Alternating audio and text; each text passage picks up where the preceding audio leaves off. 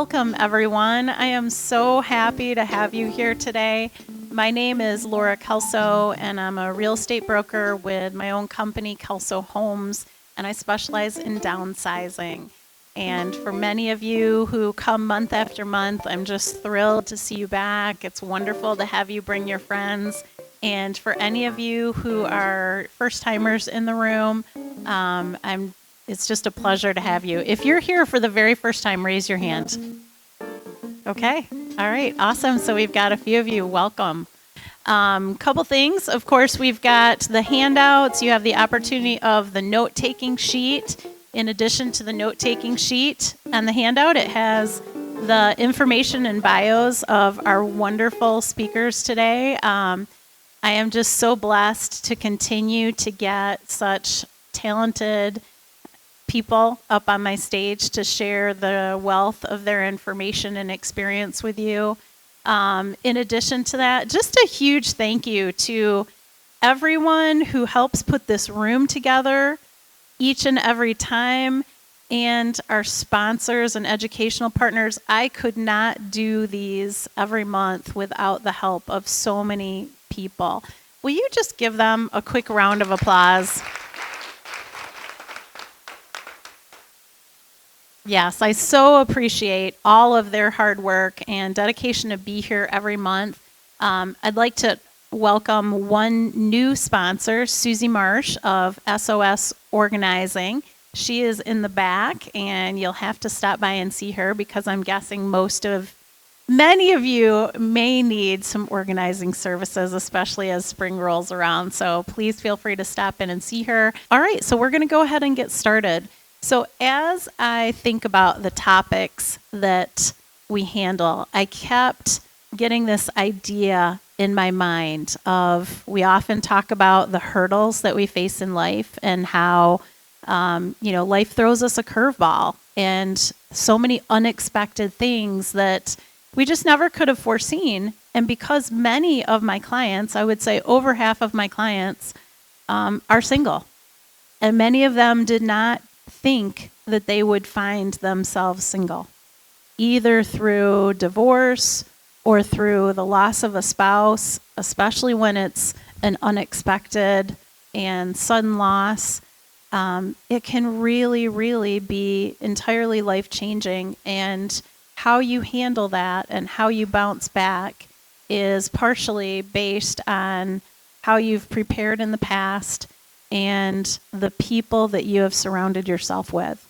And so much of the GR Savvy Seniors community is that idea of building a community of strength for each and every one of you that you can turn to in good times for laughs and in harder times for support, whether it be the professionals and the educational partners for, different things that you might need. And also simply the other people in this room, faces that you've come to know and recognize as fellow travelers in this,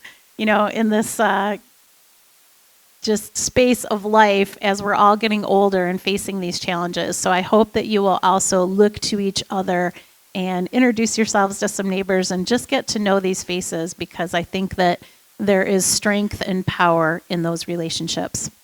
So I'm going to go ahead and let these speakers give a quick introduction of themselves so that you can have an idea of who you're learning from today, and then we'll go ahead and get started with questions.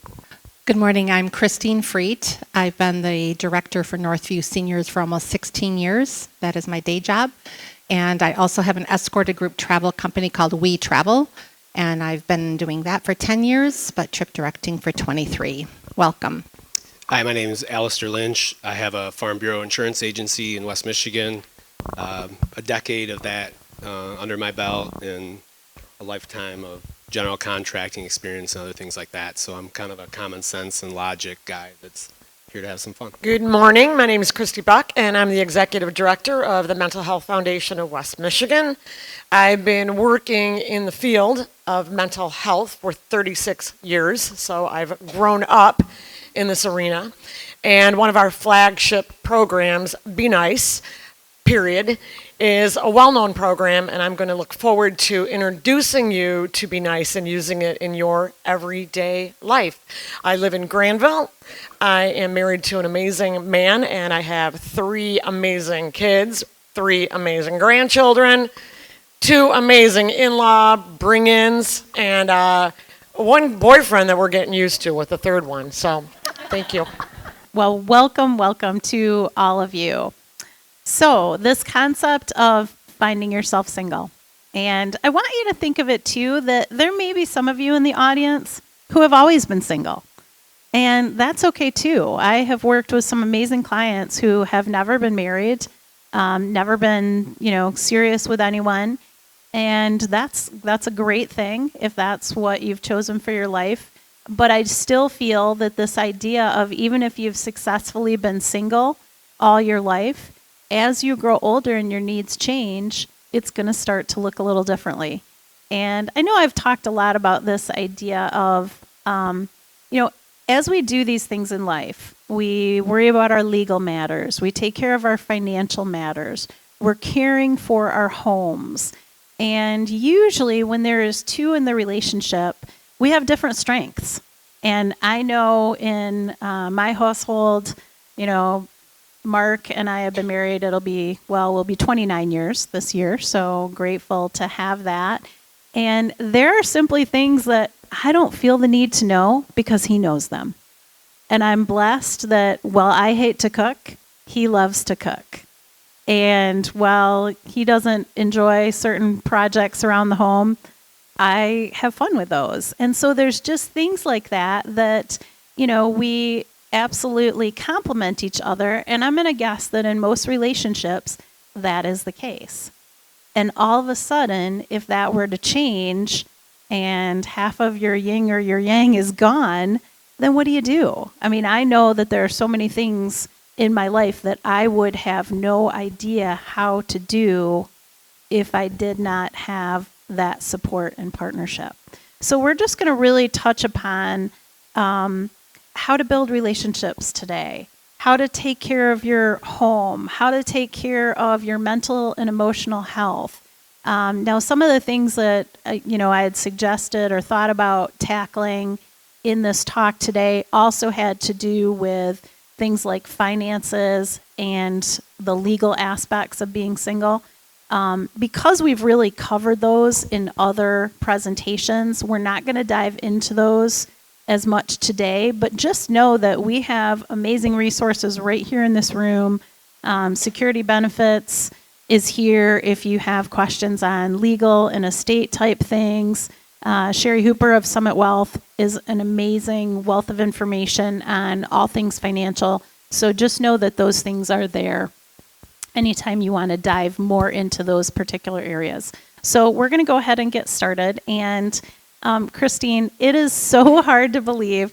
So Christine was one of my very first speakers at, I think, maybe the first presentation I did back in 2019 where there was, 6 people in the room, 8 people in the room, or whatever it was. So time flies, and I'm blessed to have her back. So let's start by giving the audience some context of how you came to be the director at Northview Seniors and how you have grown that organization. So first of all, how many Northview Seniors do I have? Because I saw a lot of friendly faces. So one said this and heckle me, but hopefully I've got support from everybody else.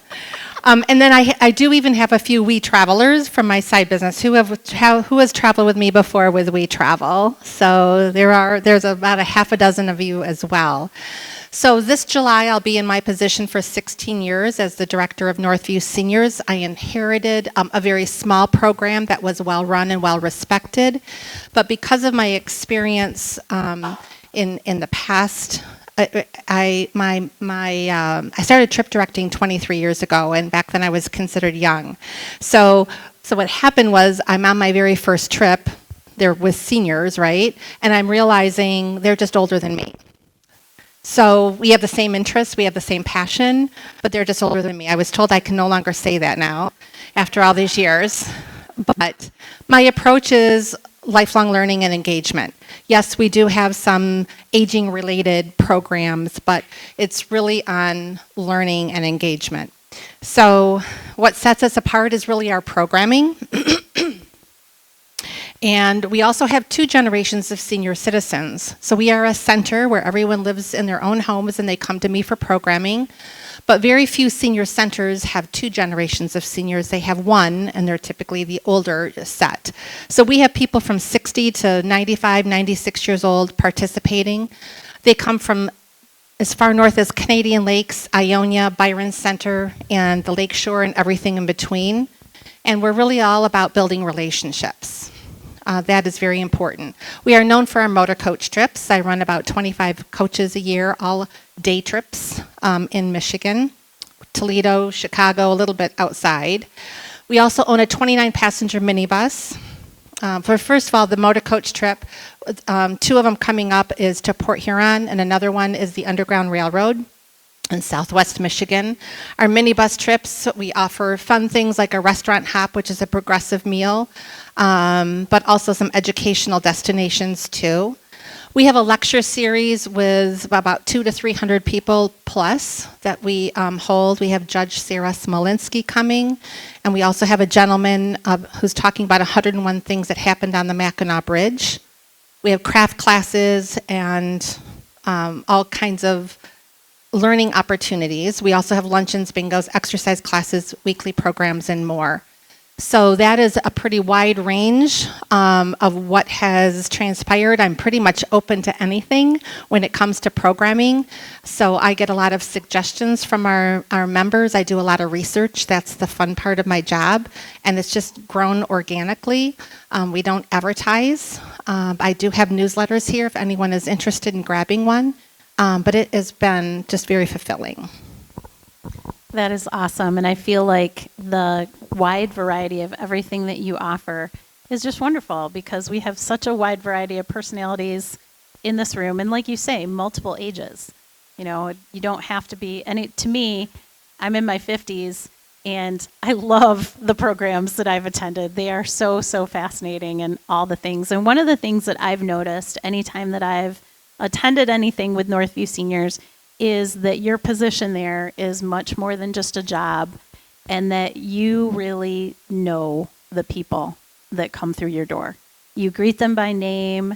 It's a camaraderie and more than just a senior center. So let's just talk about that and that idea of really building this camaraderie of people around you through Northview Seniors or anything else you might be involved in. So as I said, it's really about relationship building. So I have a relationship with a lot of my senior citizens. I do know them by name. I do know a lot about them. Some I know a lot about them, depending on who it is. But I also empower my staff. It is more than just a job for them as well. They have a heart for the organization, as I do. Somebody who just retired but who started 10 years ago said, my grandparents were very elderly, even whatever age they were. She said, when I took this job, I didn't understand the vibrancy that can be for senior citizens. So she, grew to love and enjoy our members as well.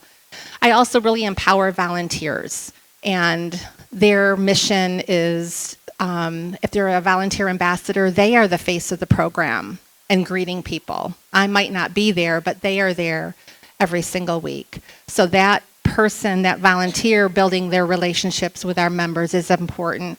And also our instructors. We have cardio drumming, stretch and flex, wood carving, all kinds of activities. And the people there are empowered to be welcoming and gracious to the people who are attending as well.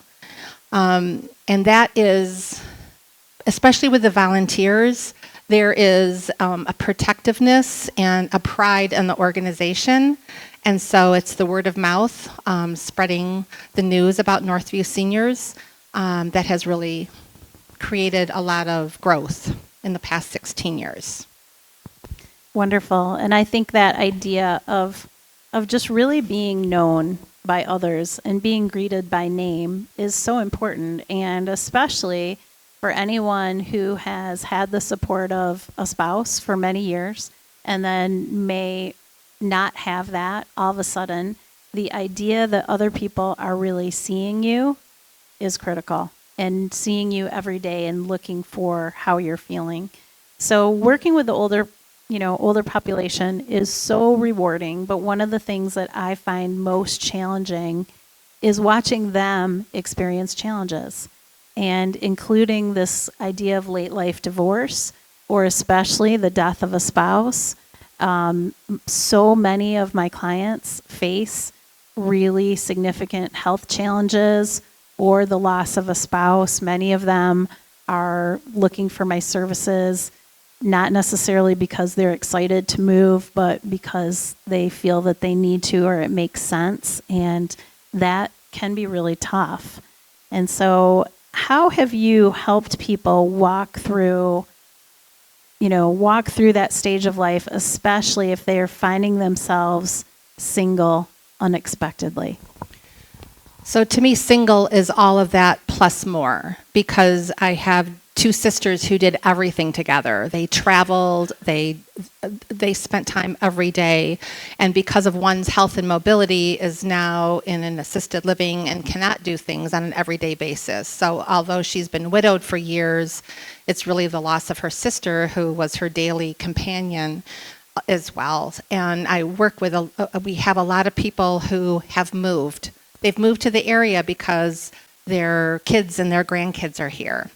And what has happened is they move here because of that, and then guess what? They're busy. And now they've left their church, their neighborhood, their friends, their base, even the people in the store who greet them that they went to every week for years. And now they're here, which is a lovely city, and their kids and grandkids are busy. And now they're like, oh my gosh, I need to be building up my friendship base all over again. So for some people, it's very hard to walk in the door, and I understand that. It is very difficult to walk in the door. For others, coming in is no big deal at all. But whatever the needs are, we try to be there. And if I have a heads up that somebody is new coming in, I'm going to try to seat you next to someone who is friendly. Not saying others aren't, but some are very hard of hearing.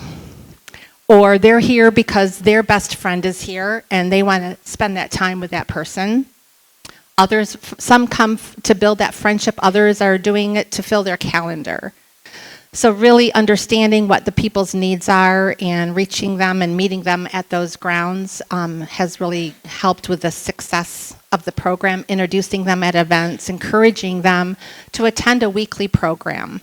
So my lecture series, I might have 300 people there. You might sit next to somebody who's wonderful, but will you see them again? But coming into an exercise class or a weekly class, monthly class, like book clubs and movie and a meal, whatever it is, that's where you really build the relationships. And to me, the success of my program is when you start hanging out with people you've met there outside of the organization. That to me is the biggest success of all. I feel like it can be a little bit like the high school lunchroom all over again. It can be. That idea. I mean, I talk with, when I have clients that I work with who move into a senior community, it's wonderful and it can be very welcoming, but it's scary. It's, once again, you're walking into a place where many people already know each other and you're the new person. And so the more that you can establish relationships is great. So what are some of the activities that you have seen people really embrace as they're adjusting to life as a single person, and the impact of forming those new friendships with those that have similar life stories, especially those who have possibly recently lost a spouse? So again, sitting with people either on a motor coach, minibus, or those weekly things, that is where you really establish the connection, because you're sitting next to them for quite a long time, or you're in a room with a smaller group, perhaps 10 or 15 people, perhaps a little bit more. And that is where you make those connections just through conversation. Who do you know that is, there's always a connection, right?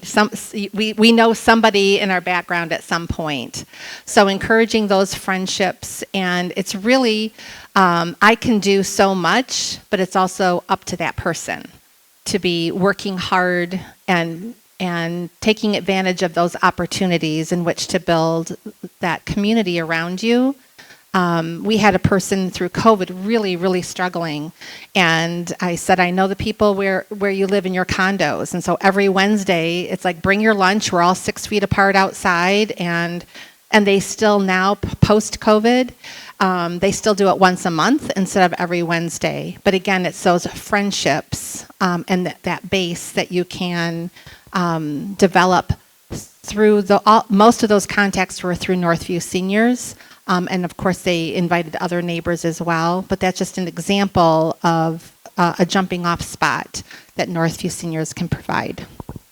Awesome. So we're going to go ahead and switch gears, and we're going to move to the thing that you are very passionate about, which is travel with We Travel. So tell us about what it is, when you started it, and what were you hoping to accomplish when you started it? So 2 things. Number one, 10 years ago was when we started. I've been trip directing for 23 years. There was an organization in Detroit area called Nomads, which I was a part of 23 years ago. And when they did not make it through the recession is when my sister and I started our own business. So she used to fly for Pan Am and America West back in the day. I've been trip directing. Our Oma, our grandmother, was a travel agent back in the 70s in Grand Rapids. So travel is definitely in our blood. And our main reason for our business is to travel.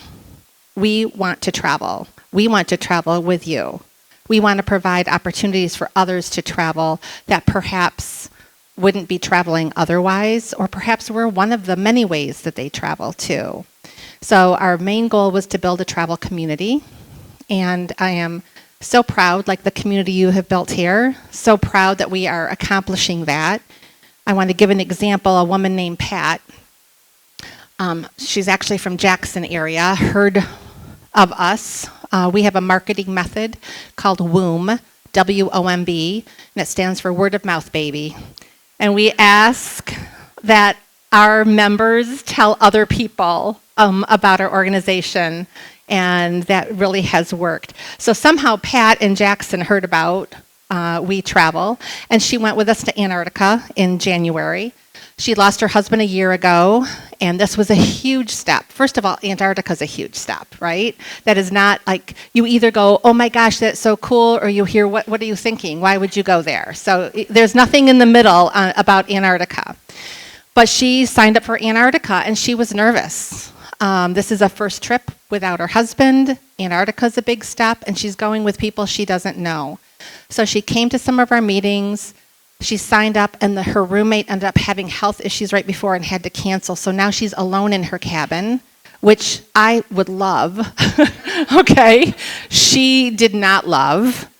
But because of our role on the trip, what we are is the glue of the group. We're building bridges. We're making sure people don't eat alone unless you want to eat alone. We're putting different people together with different activities and activity levels. And she had a blast. And she has signed up for multiple trips after that. It was a bit poignant. I mean, she was in tears a couple of times on the trip. First of all, that she's doing this. It was such a big step for her, but also missing her husband, saying we would have, our dream was to do this together. So she came to what we call a We Gather shortly after that, and now she knows several people in the room. Now she's sitting by people that she was on the trip with. She's sitting next to the person who she's going to Ireland with. So already, I just had to smile, and it warmed my heart to see her already getting connected and making those connections. And we do that by something called We Gather. So We Travel is our company. We Venture are our trips, but We Gather are travel-related topics. Sometimes they are talking about a trip. Tomorrow we're launching Costa Rica for January 2025. But other times we'll have somebody come in. Our last one was a tour manager from the UK talking about what her role is on a tour. And we have people coming in and just learning about that. We had somebody come in and talk about Dubai. I hope to get there someday. I haven't yet, But it was so interesting to learn about Dubai. So we're learning along with you. And these are people that just love travel. You can come to those meetings even if you don't want to travel with us, if you can't travel with us, if whatever it is, everyone is welcome at those because we feel that you will help spread the word to those who might be interested as well. And those we gather situations help build that travel community. So we provide escorted group travel. So we are not the guide. When I went to Morocco, I've never been there before. There's a guide, an expert in the country, and we are the glue of the group. We are bringing up the rear. When the guide sees us, we know everybody's ahead of us. When there's, in Iceland, somebody fell and needed stitches, I'm in the back of the ambulance with her. I'm with her, getting her settled in her room, making sure that she is okay. We are there to deal with airline issues. And if that's not a reason to come with me, I don't know what is, because it is a different world out there. So when we, during the polar vortex, was trying to get 44 people back from New Orleans during the polar vortex when everything was shut down, my people are having a coffee, a beer, or an ice cream, and I'm on the phone, and my sister's on the phone in Grand Rapids trying to get our group home. So those are the kinds of things that we offer. So we offer really people to sign up and show up. They trust us. They know we've done our homework on the itinerary and the companies we partner with. They want to travel with someone who's handling whatever issues arise. For some people, they've lost their confidence. Maybe their confidence because travel is different now than what it was before. Maybe who they traveled with is no longer there and they had confidence in that person. Maybe they've never had confidence. We've had a lot of people who have never been abroad or never left North America, and they travel with us as well. We have people who they want to travel solo, they want their own room, but they don't want to be alone. Some people want to travel solo, but they do want a roommate, and we help with that process as well. And like I said, our goal is to be there to make your trip the best possible, and that's how we really cater to those who are looking to travel. Perfect. So I absolutely love to travel. In fact, Mark and I will be on a plane to Mexico at about 1:15 today. So if I run out and don't chat, you'll know why. But for years, it was a goal to travel. I always wanted to do it, but for the first 25 years of raising small children, we didn't have the time, we didn't have the budget, we didn't have the ability to do all that with kids. And so, I think that might be the case for a lot of people, that they want to travel, but they can't. And then as their life changes and they finally have a little more time and a little more money, then they seem to develop more of the health challenges. And often that involves the loss of their spouse or other longtime travel partners, like you were talking with the sisters. And so I think that the wealth of working with a travel agency, someone like Christine, we're so fortunate to have Eric Sattler in the room also as a educational partner. The idea that you can just show up and have these people work out all the details of wherever you want to go, to me, is absolutely priceless. So you've really kind of already talked about that idea of how people can just sign up and show up, and even if they have additional challenges with health on the trip, how you've handled that. Is there anything else that we've missed that you want to add? Just two things. The finding a roommate, we don't say, oh, the two of you want to go, you don't know each other, we're going to put you in the same room. Okay, we don't do that. First of all, we put this decision on your shoulders. Okay, so if it doesn't work out, whose fault is it? It's yours and not ours. So what we do is we have something called a roommate compatibility form. We encourage you to meet in person if possible. That's not always possible, but at least by phone. And so you have a list of questions to go through. And you can say, oh, question 1, do you snore? Because it's hard to ask a complete stranger. Or do you have to have the TV on when you're going to sleep at night? Because I need total darkness. Do you shower in the morning or at night? Do you shower? So, I mean, these are important questions here, okay? So at the end of that meeting, then both have to contact us individually and say, yes, I want to. Or to say, nothing against that person, but I want to do the solo single supplement. So we have that piece that we can help put together people. And to say to that person, I want a room with someone because I don't want to pay the single supplement, but I do a lot of stuff on my own. I like to wander and I don't need to be attached at the hip. Those are all important questions to ask for finding a roommate. And then also with our pre-trip meetings, we always have a pre-trip meeting before every meeting, before every trip, and we go over all the details on currency. We're one point of contact. We go with you, either one of the two of us or both of us, depending on the trip. And it's really, we cater to a lot of singles because a lot of them are like, I can't find a friend who wants to go or who can afford to go or who has the mobility and health to go. That is key as well. Awesome. I don't want to know about those situations where one person says, I'd love to room with them, and the other person doesn't. The delicate conversation. I'm sure. Okay, well, I think that wraps that up wonderfully. I'm going to go ahead and we're going to move on to Alistair, and we're talking more about, going from building relationships to how to actually take care of your house, especially as a single person. So we're going to start by talking about the importance of regular maintenance activities that every homeowner should do to make sure that the little problems do not turn into bigger problems. Thank you. I was trying to figure out why Laura wanted me to talk about single people and insurance today. I'm like, well, the policy doesn't change. It's still a home policy. So, like, rental car coverage for an auto is still the same if they're single or not. But then I was like, oh, I'm single, right? So I knew it. Now I see the underlying story. My sister lost her husband, self-inflicted, a couple years ago. And so, we moved her back home. My parents came out of retirement. And I'm big brother, so I get called to do a few things. So you realize some of that stuff. I'm divorced, and so my son, I remember he walked in the house one day, he says, Dad, your house is clean like the Ten Brinks. I'm like, I know how to clean, I can cook, and so, but there's misconceptions, right? I thought Laura was going to pick on me for all these stereotypes, but she's proven wrong. I might. Right? Talk's not over yet. All right. My ex-wife calls me the best ex-husband ever because I go and help her do stuff, and I've watched my girlfriend pressure wash into the wind, and she doesn't like to be told how to do stuff. She wants to learn on her own.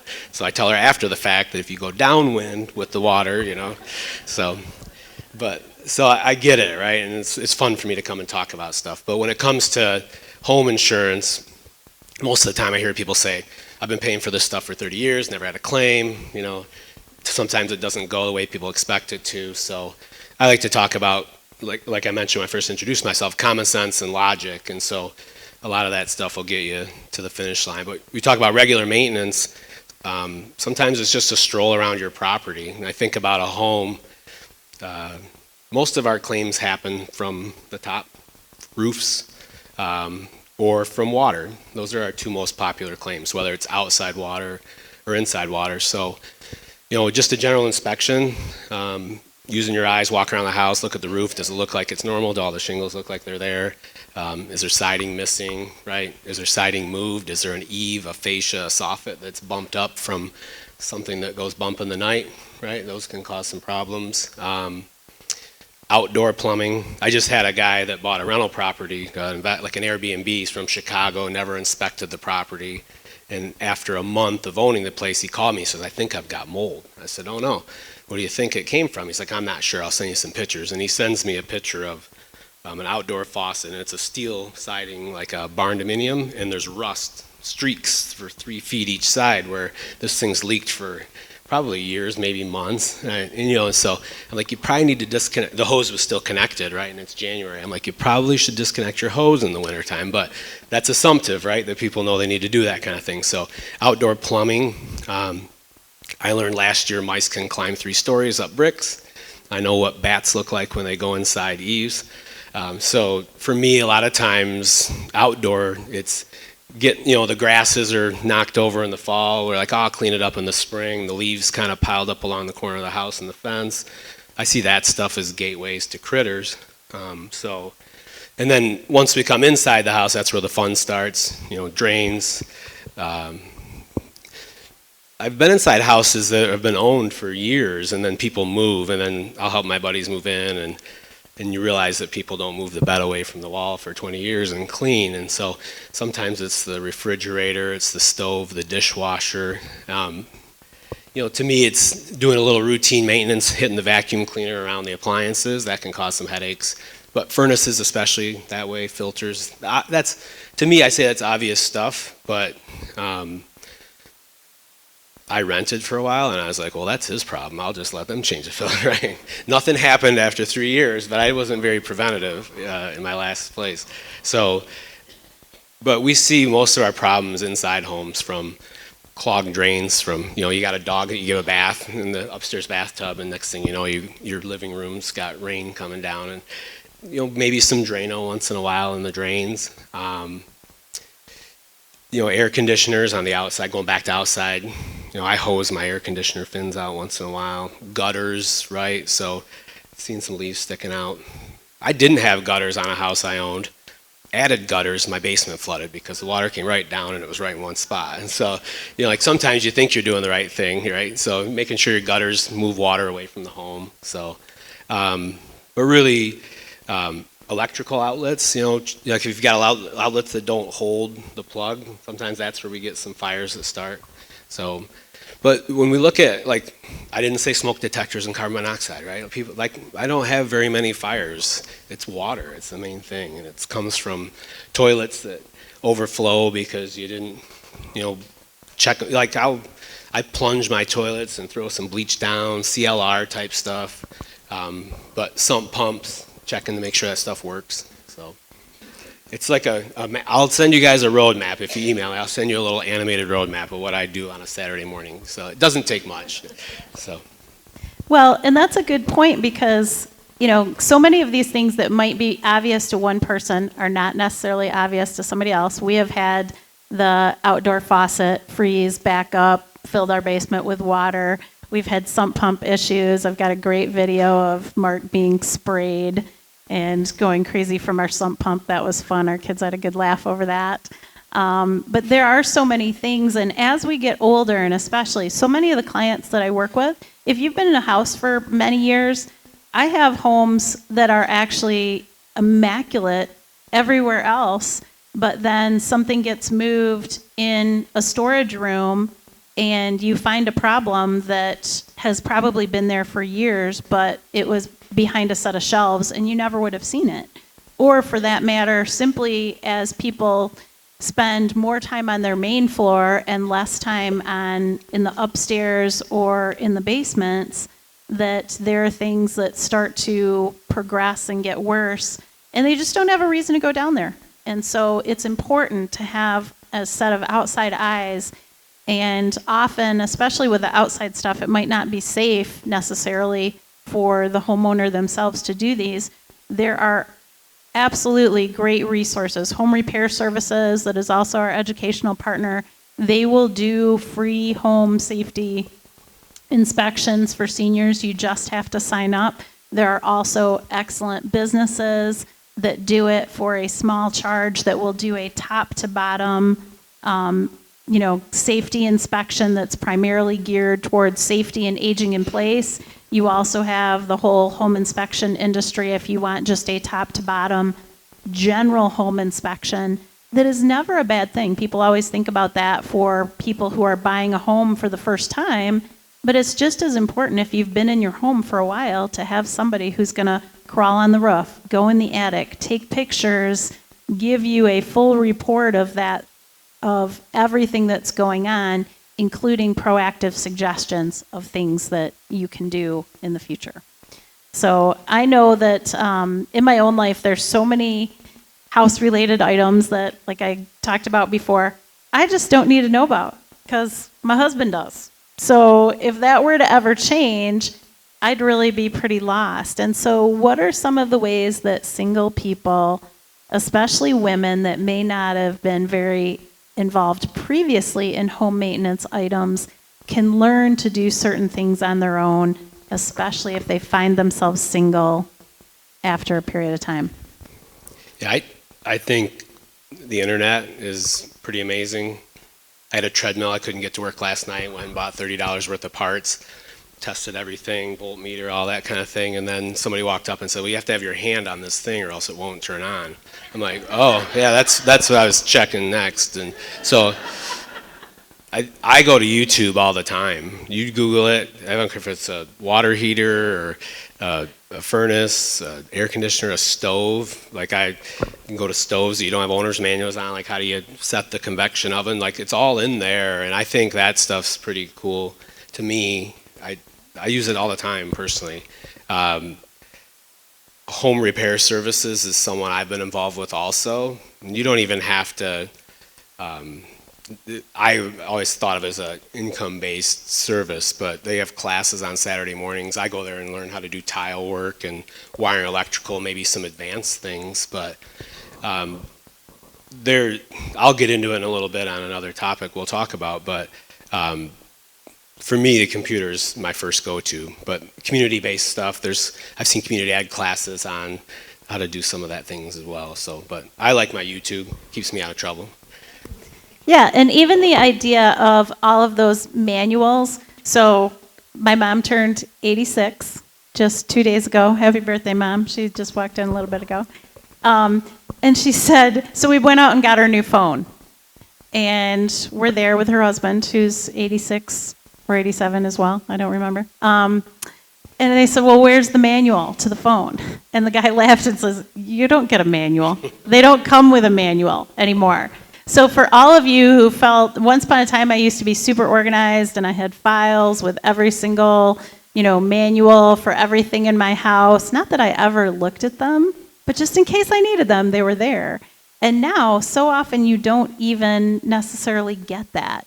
And so this idea of being able to Google, well, how do I turn this on? How do I work this, this new thing that I've gotten? And it makes a big difference. So now, of course, it can be super empowering to learn many of the things that we want to do on our own for maintenance tasks. But there's also a lot of things that are simply not safe for a single homeowner to do themselves or even for couples as they're beginning to age. So what is the best method for finding a reliable contractor, avoiding being scammed, and even safety measures that someone should take before inviting a stranger to come and do work in our home? I've witnessed it at my parents' house. I went to school to learn how to build golf courses, and so I have a plant science degree, and we were sitting around my dad's pool one Saturday, and one of the lawn care guys comes and says, you've got all these problems in your yard, Mr. Lynch. You've got the dollar spot and red thread and all these things. I'm like, show me, and he couldn't show me, right? And then my dad will call me and he'll tell me that he's got hail damage. And I'm like, oh no, where? On my roof. Just your roof? What do you mean? I was like, well, hail doesn't discriminate. If you have hail damage, it's going to damage your car, and it's going to damage your siding. And there may be a few companies in town that pick 20-year-old neighborhoods and go in and knock on doors and say, hey, you've got hail damage and you can get a new roof. And then people end up mad at us when we send out an engineer and say your 10-year-old roof's in perfect shape and you don't have a claimable roof issue. And so nobody that comes door to door am I typically thinking I'm going to do business with. How many of you dealt with tornado damage last August, September? Anybody?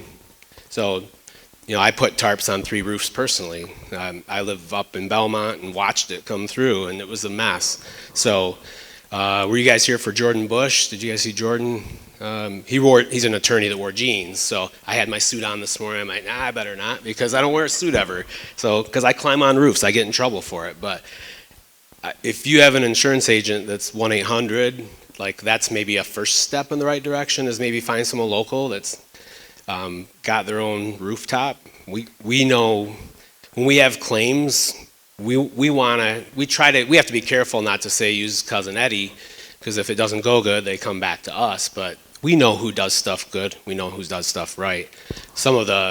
When it comes to restoration, like after water damage, there's a few companies in town, they rush in, tell you that the sky is falling, cut out all your wet drywall, throw it in a dumpster, and then 3 days later when your adjuster comes out and wants to take a moisture sample of your drywall and it's gone, they're like, well, we're not paying for all this drywall. We don't know if it was even damaged. And then that company comes and knocks on your door with a $20,000 bill saying you owe them money. I've seen it with tree companies too, right after storms.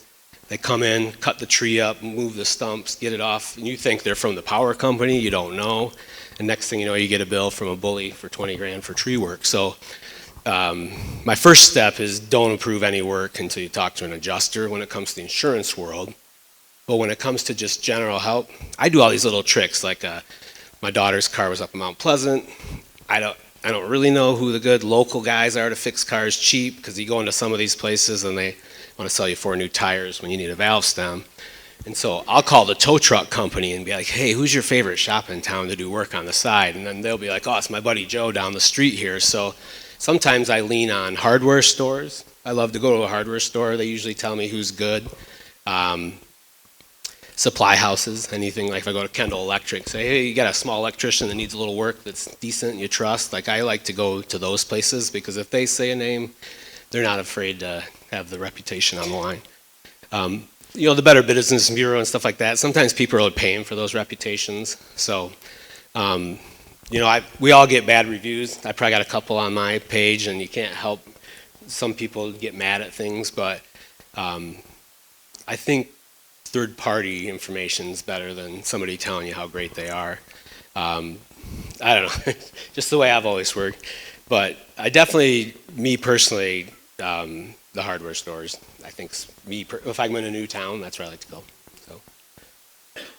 Yeah, and just the idea of, if you always recommend multiple quotes, that can always be a good thing. If you're having someone out to your house, especially if you're single, make sure there is someone there with you. So just have a friend, have a neighbor, even if it's not necessarily for safety, but simply a second set of ears. So that, because it's very easy for somebody to say something, and until it's in writing, and that's the other part, make sure whatever they're quoting is in writing.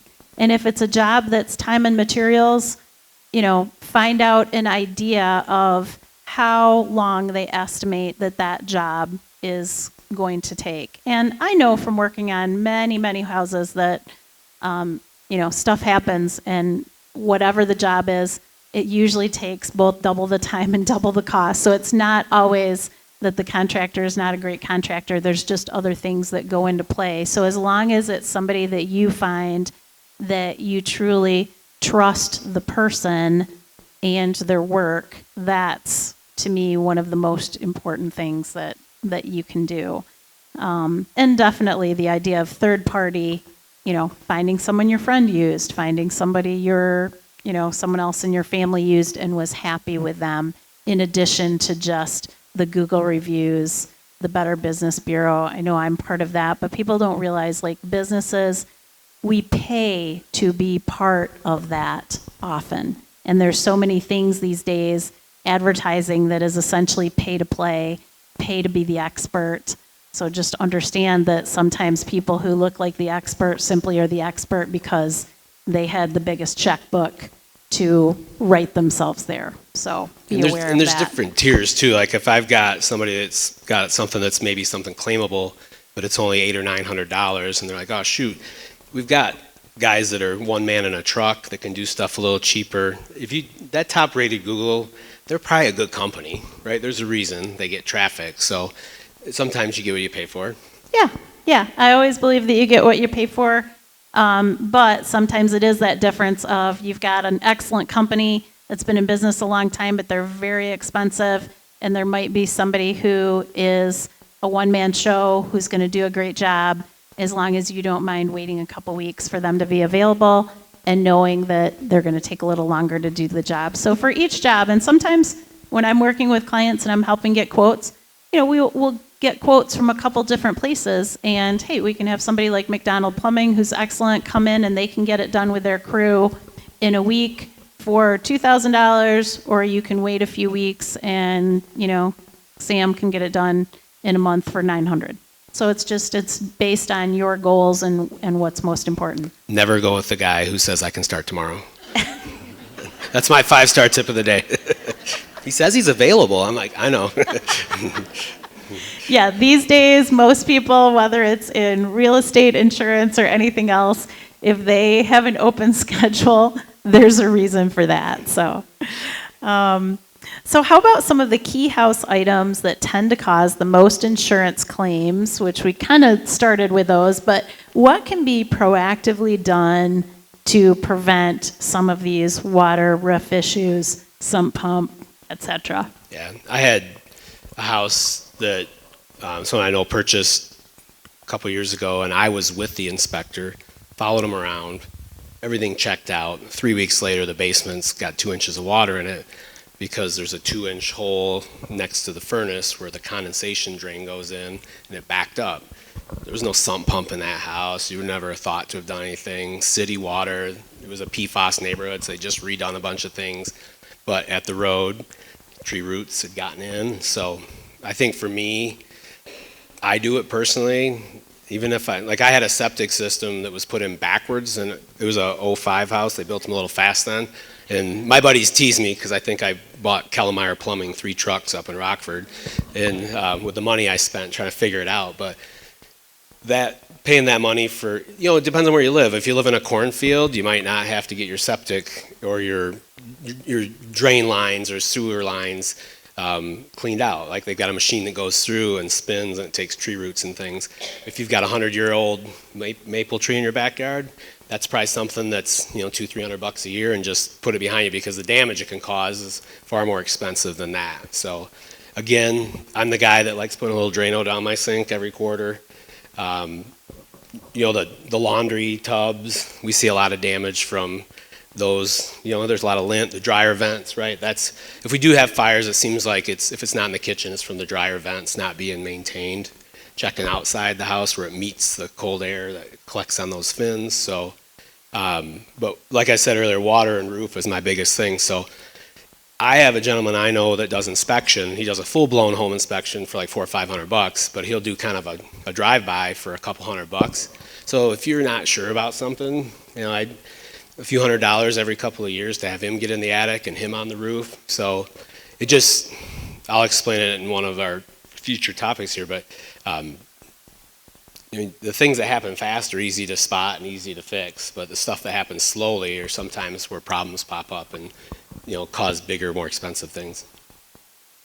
Yeah, that's huge. So that kind of brings us to our next question. So some of the most frustrating things that we can face as homeowners is when we have a problem and we find that for some reason it's not covered by insurance. So can you talk about the types of home mishaps that are and aren't covered by insurance? What would be considered a catastrophe or deferred maintenance? And more importantly, how can we make sure that we have the proper coverage in the first place if we do have a problem? Yeah, it's head of claims for the whole company. We're a Michigan-based company, so head of claims for the whole state of Michigan. His name's Roger Graff. I know him personally. He used to referee IHL hockey. I had a soccer team with a bunch of ex-IHL players on it, so we laugh and tell jokes. But if we're having a bad day, I can call the head of my whole company and say, hey, what can we do here? Insurance is pretty black and white, but there's some gray in there. It depends on how you interpret policy language. So there's kind of 3 layers to insurance. One was the policy purchased at what you expected. Apparel is a loss. So if you look at the front of your insurance declaration page, it'll say broad, basic, special perils. A special peril is any loss. A broad peril is a list of 16 things, like fire, lightning, vandalism, theft, explosion, weight of snow. My son Ian Lynch is not a broad peril. So he's a special peril. He's any loss. So if my kid throws a football and damages something, if I don't have special perils purchased on my home policy, that's not going to be picked up. So, and I don't think that's what Laura intended me to talk about in this topic, but people come to me all the time. The insurance industry's on its heels right now because of COVID. We paid $50 for 2x4s. State Farm pulled out of Florida, California. Farmers pulled out of Florida.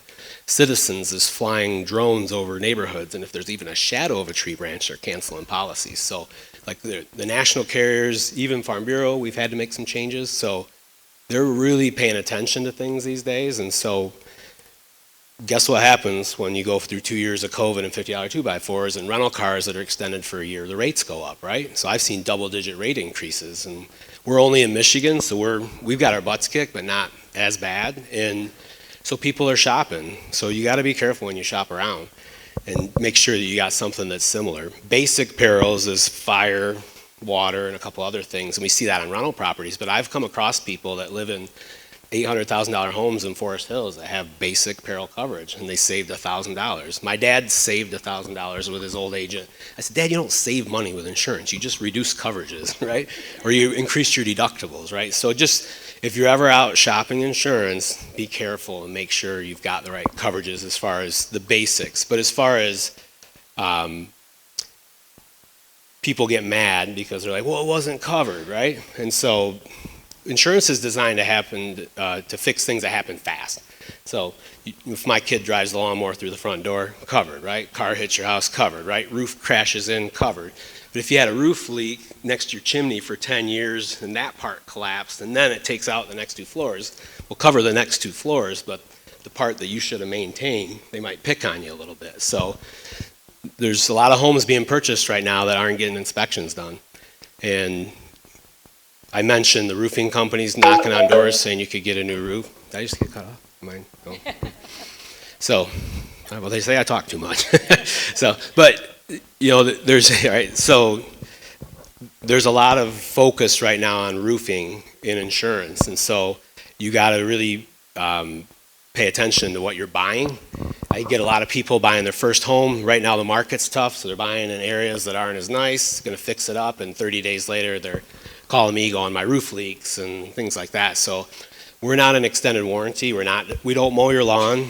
We don't cut your trees down for you. We don't maintain your roof. So those kind of losses, sometimes people get upset about because they don't understand what insurance is designed to do. So we all report to the same higher powers. All insurance carriers do. All the language and policies is pretty much the same.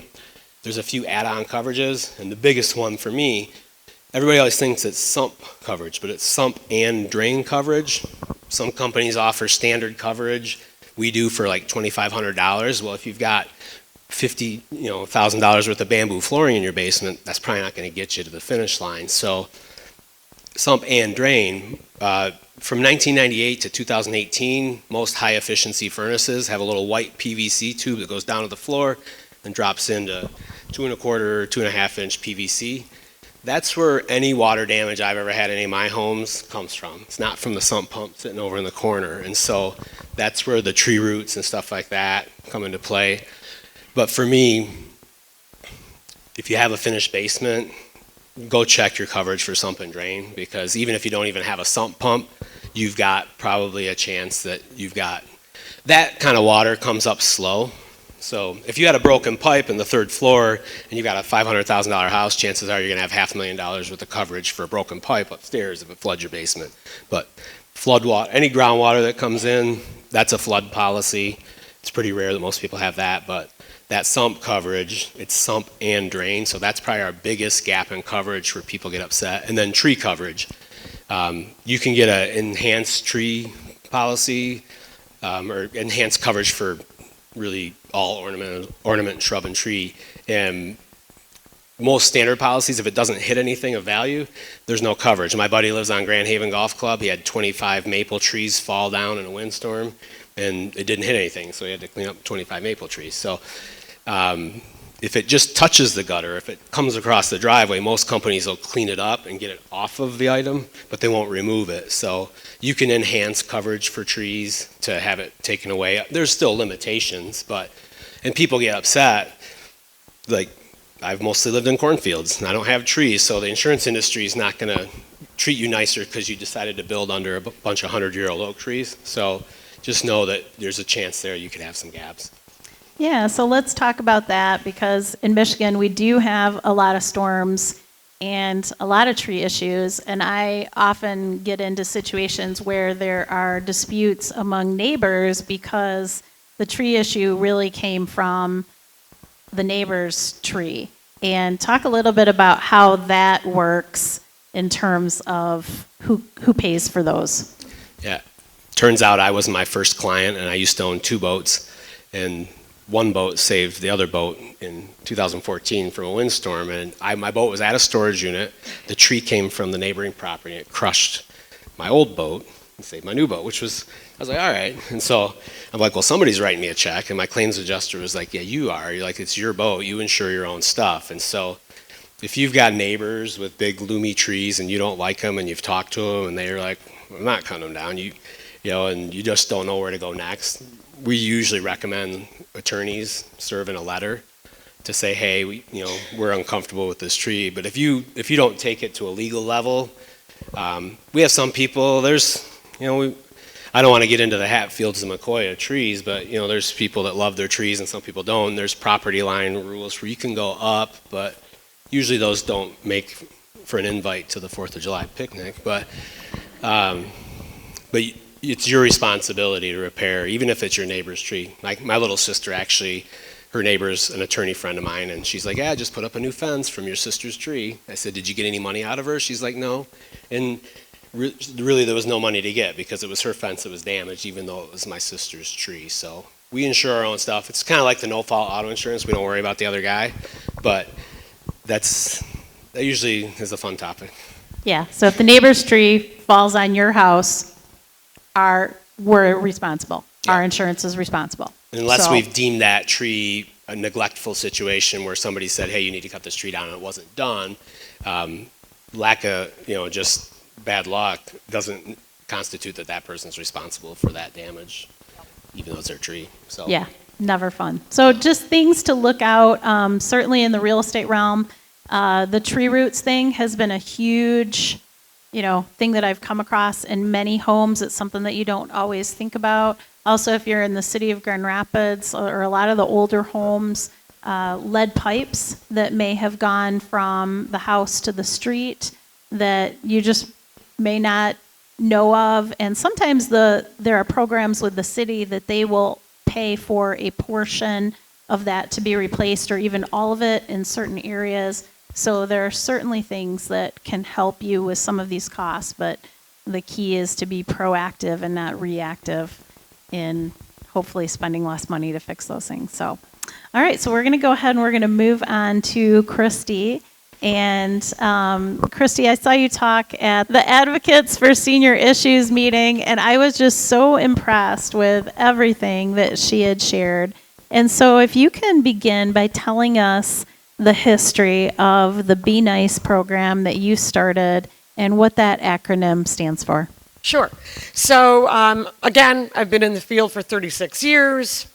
In 2005, I actually created a program that was developed to go into high school and middle schools to begin conversations surrounding mental health, mental illness, suicide prevention. So that program is still in existence.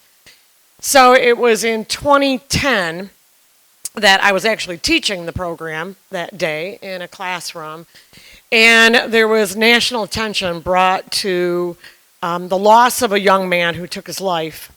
And one of the risk factors that this young man was experiencing brought him to take his life ultimately. And there were 3 risk factors. So one risk factor was that he was gay. Another risk factor was that he was being harassed and bullied. This happened at Rutgers University. And third risk factor for suicide was the fact that he had a mental illness, meaning he already had struggled with depression and anxiety when in his younger years. So with the national attention that was brought to this, a lot of conversations were happening, and those were a lot on the talk shows. And they were really focusing on one of the risk factors, which was bullying. And then the second was the fact that he was gay. So it was bothering me that really we weren't talking about what ultimately needed to be talked about, and that was the biggest risk factor. It is, and that was the fact that he struggled with depression. And that ultimately maybe there were signs and symptoms that were missed that were brought about by these incidents, that we weren't talking about what was he exhibiting, what were the things that somebody could have noticed. So the quick answer was the development of these t-shirts. And so I said, hey, to my assistant back at work, back at the ranch. I called her and I said, I'm coming to the office right now. We've got to do something with this conversation. And so the answer was, let's put Be Nice on t-shirts. And with that, the conversation will be how we treat an individual has an effect on how they think, how they act, and how they feel. That's their mental health. So that was the concept. So I just found the newspaper article where we were featured. It was comical because I'm getting an award in a couple months, and they needed a bunch of pictures of me from years ago. And I'm like, oh, brother. And I came across the article. So February 27th in 2011, we sold 900 shirts. And we were in elementary school launching this concept of Be Nice. Not talking about don't bully. We're talking about go out and be nice. Go do this. Hold your friends accountable to be nice. Why? Because you have an effect if somebody wants to be at your school. And in the older classes, you're talking, you have an effect on a person if they want to be here.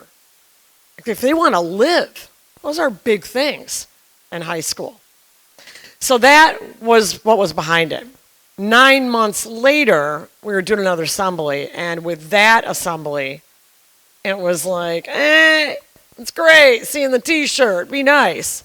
But we created an acronym, and that's what the meat and the potatoes of Be Nice is it is the 4-step action plan. Notice, invite, challenge, empower. Notice, invite, challenge, empower. If I follow the 4 steps, I can change, improve, and save lives. Which is amazing because once again, whether we're talking about a high school or middle school classroom or a room like this or a lunchroom at a senior community, it really is the same concept. And we all have those feelings whether we're, 15 or 50 or 80. Yep. So now you're so passionate about equipping people to communicate and address their mental health issues without feeling embarrassed. And you founded the Mental Health Foundation of West Michigan. And can you share a bit about your personal journey and how this became such an important topic for you? Sure. And it really probably has to do more with what we're talking about today, and that is singlehood. So when I was 12 years old, I lost my father to colon cancer. And so this was back in 1974. And even then, in this sweet little Greek household of dad who came over in 1950 from Greece, and then my mom being raised by immigrants from Greece, we didn't talk about anything bad that may be going on in our lives. So as a 12-year-old, the death of my dad, believe it or not, was unexpected because my mom wasn't preparing us for what really was going to happen. And obviously, back in the 70s, you get colon cancer and you better get your life together. You better get your afterlife. And so with that, because we didn't talk about it, we continue not really to talk about the impact that the death of my dad had on our family. And my mom, obviously, like many people who lose their spouses, lost the love of her life. She was left with the responsibility to raise 3 daughters. She was left with the responsibility of needing to go back now and take over the company that my dad was a partner in. So now she went back to work, no longer a stay-at-home mom. And within 2 years, of going unnoticed. Remember, the first step of the action plan is notice. My mom got extremely ill, and her mental illness was very compromised to the point where she had a catatonic, psychotic breakdown. And it happened on a trip going to Florida for spring break. No idea what was going on. We didn't understand mental health. We didn't understand mental illness. Those are things that we didn't talk about, but you know what? Nobody else was talking about it either. People weren't talking about it. And that's how many loved ones ended up in institutions for many years. Kalamazoo, Ypsilanti, Traverse City, state hospitals. Well, here we are as a family facing this devastating illness affecting our mom. So she ended up in Forest View Hospital for weeks at a time. First one was 3 weeks, I would say. And scary stuff to watch a person not recognize you, a person experiencing hallucinations and delusions. So we didn't talk about it as a family, what that illness was, just like we didn't talk about cancer. So then I went on to grow up with my mom in this home. My sisters had to go to college, which was awesome, but I was left with needing to take my mom to the hospital sometimes, visiting her, picking her up for church, and getting the pass to pick my mom up. So when I got to Michigan State, it's interesting, but my mom's last hospitalization was the week that I graduated from high school. Again, I picked her up to come to my high school graduation. None of my friends knew this. None of my friends knew that sometimes I would come to school in fear that I would go home and not find my mom alive. Interesting. So when I got to Michigan State, I went into recreational therapy, and luckily my internship was something in East Lansing because I wanted to party my senior year. But I landed the internship at a psychiatric hospital, ironically, right? But it was kind of comical that I didn't even associate that with what was still going on with my mom. So fast forward 3 years later, I graduate from state. My mom never went back in the hospital from that day when I was at graduation night. But then when I went, and I went to Greece a couple of years. That's a great trip. When I went to Greece for a couple of years, I came back and I got a job. A guy from church, Greek guy, introduced me to a woman who worked in a facility where they work with people with mental illness. God, it's all God, okay? He put me in the spot. So that's where I worked, my first job 36 years ago. And then, as I got to understand these people that I'm working with, chronically mentally ill, people that were spending 20 years in these institutions, I said, whoa, that could have been my mom. My mom was like these people. And I couldn't believe it. My mom couldn't take care of herself. My mom couldn't go to work sometimes. My mom didn't want to be around people when she was really struggling. So I became very passionate about the stigma associated with mental illness. And what I grew up with was stigma. And I wanted to eradicate it. So I created a program to go into high schools. And that was, hey, don't be afraid to talk about it if something is going on at your home, because I got a story. Then it turned into ultimately the movement that kids were now struggling. And I'm talking, this wasn't during COVID. This has been going on for years, that kids have been struggling and not receiving help and treatment. So we were way ahead of the game when we created our programs that we're doing at the Mental Health Foundation. Be Nice being the flagship. My mom passed away. She did not die by suicide. She was an amazing mom who empowered herself, that's the E, right, in the action plan, to get a job. She worked at Baker Furniture for years. We got a great discount on furniture. And she rocked it. She was a great grandmother. She put 3 girls through college. She threw 3 big fat Greek weddings. And life was good when they get help and treatment.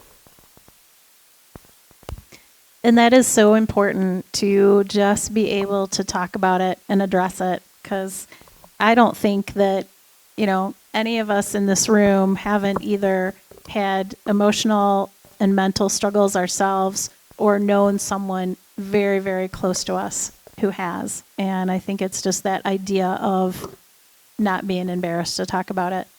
So, so much about mental health is really who do we have around us to help us cope when, life throws us something that is unexpected. So when someone has found themselves single through whatever means, this could be really devastating to someone who once relied on that other person.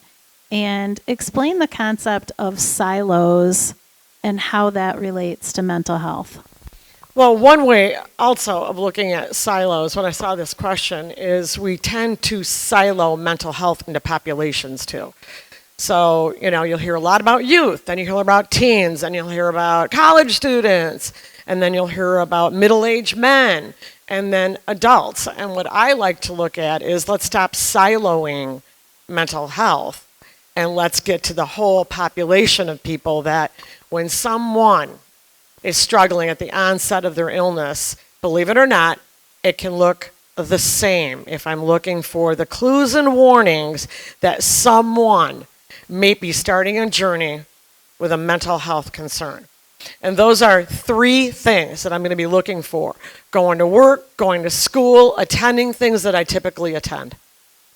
Suddenly, I'm stopping to do these things. Secondly, attending to daily activities that are part of my normal routine that I know, right? For kids, it may be going to school, maybe doing their homework, maybe going to their sporting events. With middle-aged man, it may be going to work, getting my job done at work, concentrating on tasks, not causing safety hazards at work. For a mom, it may be getting up, that I'm a stay-at-home mom, going to drop my kids off, being on time to pick them up. All of a sudden, those things are disrupted. And thirdly, that I'm looking for is engaging and satisfying relationships. Suddenly, this person isn't responding to a text. They don't want to be around me. They don't want to come to a party. They don't want to go to a dance. They don't want to go to trivia. They don't want to go to their bowling that they usually go to.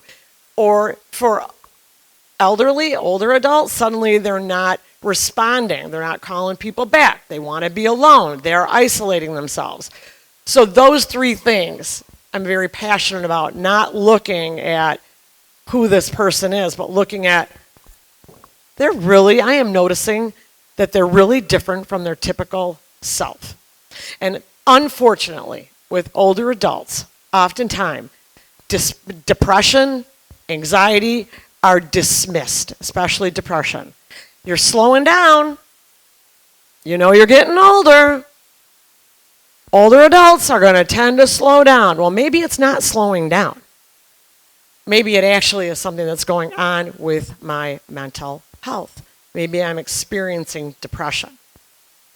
One very disturbing stat when it comes to suicides: 20% of people that die by suicide, 20%, 1 in 5, are 65 years and older. So maybe it's not slowing down. Maybe it's now you're retired and you can take a break. This is where we got to move in and we got to do the action plan. Yeah, exactly.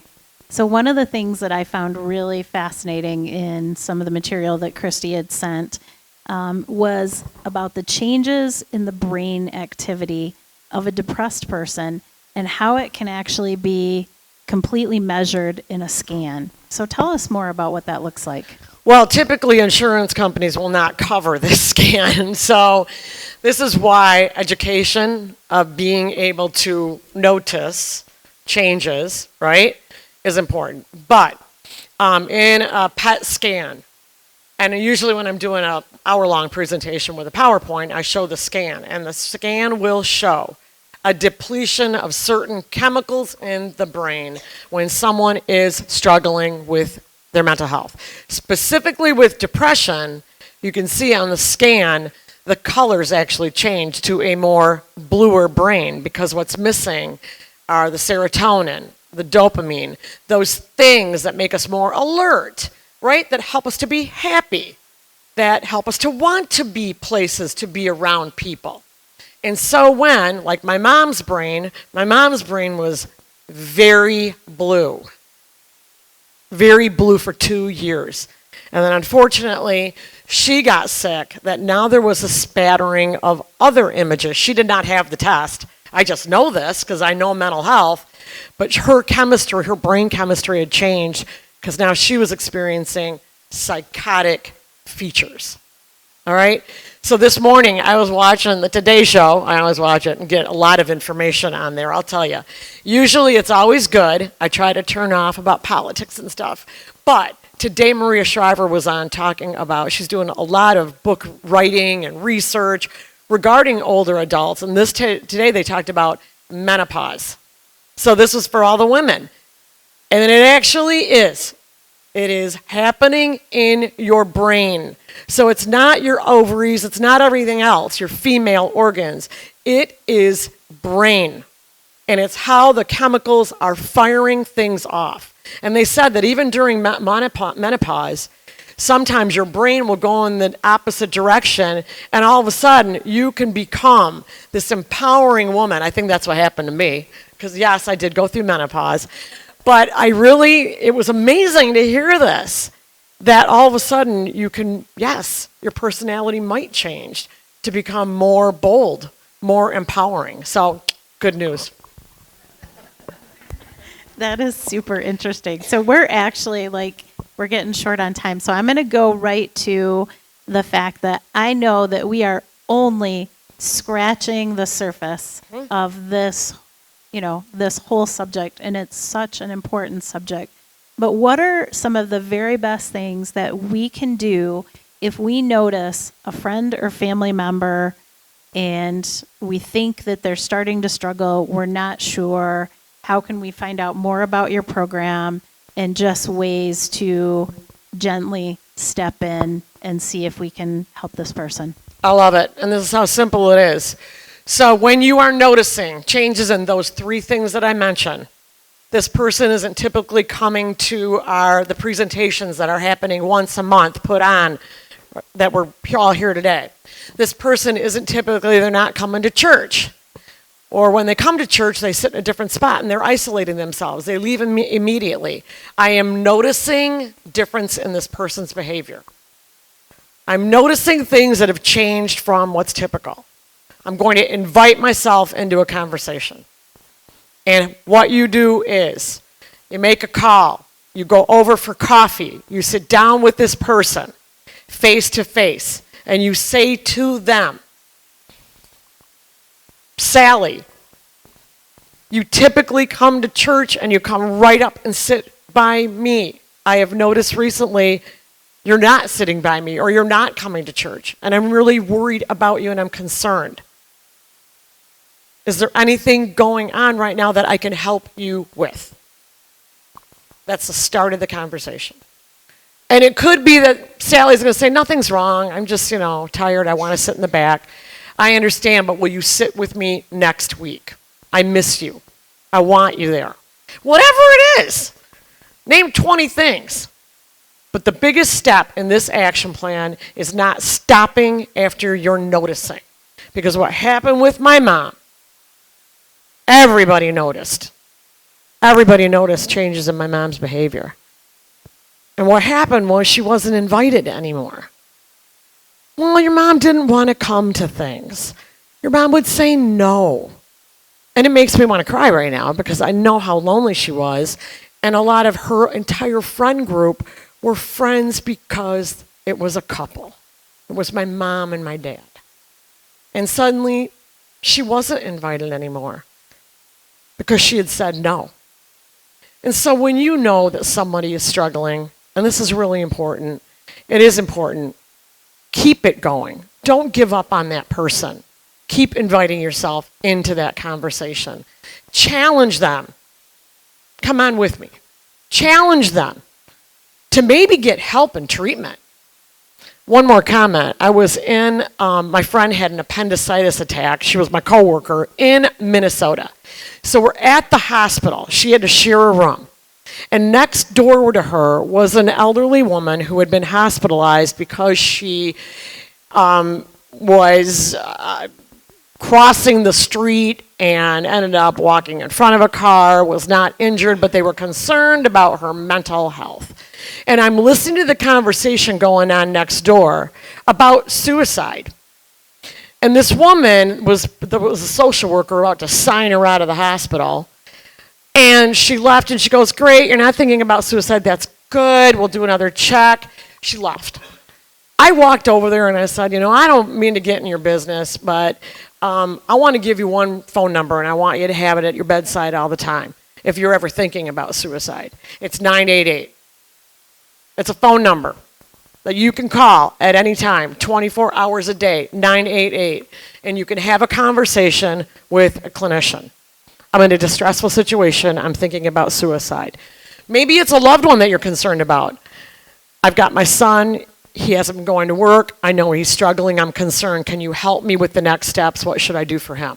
Whatever, that's what the note that I want to leave you on, is making sure that 24/7 there is help and there is hope. Thank you from the bottom of my heart for letting me be here today. I look forward to coming more often to your workshops. I love it. I learned so much just now from you two. It was pathetic. Anyway, thank you. Awesome. Well, once again, I just am always so grateful for the people that take time out of their very busy schedules to share their personal experiences, their expertise in all different areas, and ultimately thankful for all of you who continue to come and to bring your friends, because you're the reason why we do this. So give yourselves a hand, and then we'll move into the drawings really quickly.